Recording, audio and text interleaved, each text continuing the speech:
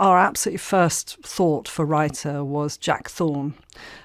Because we felt that Jack has a wonderful, very contemporary understanding of children, and he's very drawn to slightly misfit children and children who are slightly odd ducks, and this is a story with these unloved children who learn how to discover friendship and heal each other.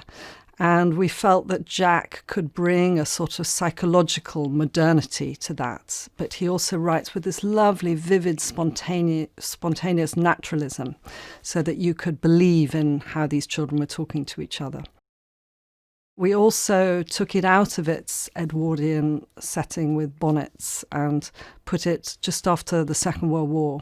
So the past is still another country, but we wanted to have that sort of slightly remote sense that everything is happening in the shadow of a big cataclysm that has happened, and the house has been requisitioned as a hospital in the war, and when Mary arrives there, it's still full of sort of relics of this war that's just happened, and it's a time of aftermath.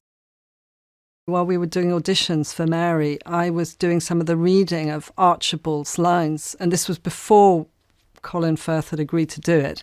And as I was reading the lines, all I could hear was his voice. There was this sort of brooding, melancholic edge that I knew that he could capture so perfectly for Archibald. And so we were so thrilled when he responded and could see himself playing that role.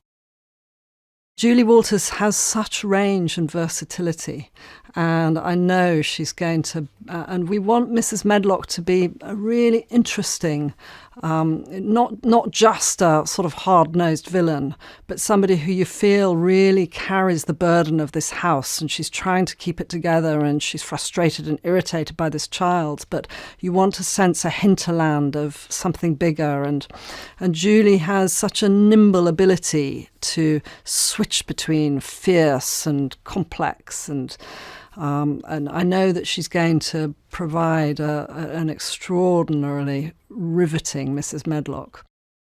We really wanted to find a director who was visionary and was a world creator. And we've pursued Mark Munden over the years because I always so admire his television. It's always so distinctive and authored and with this extraordinary sort of concentrated visual flair.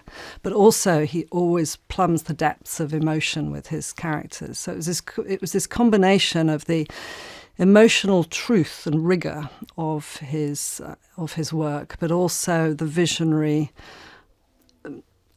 this very authored envisioned worlds that he always comes up with.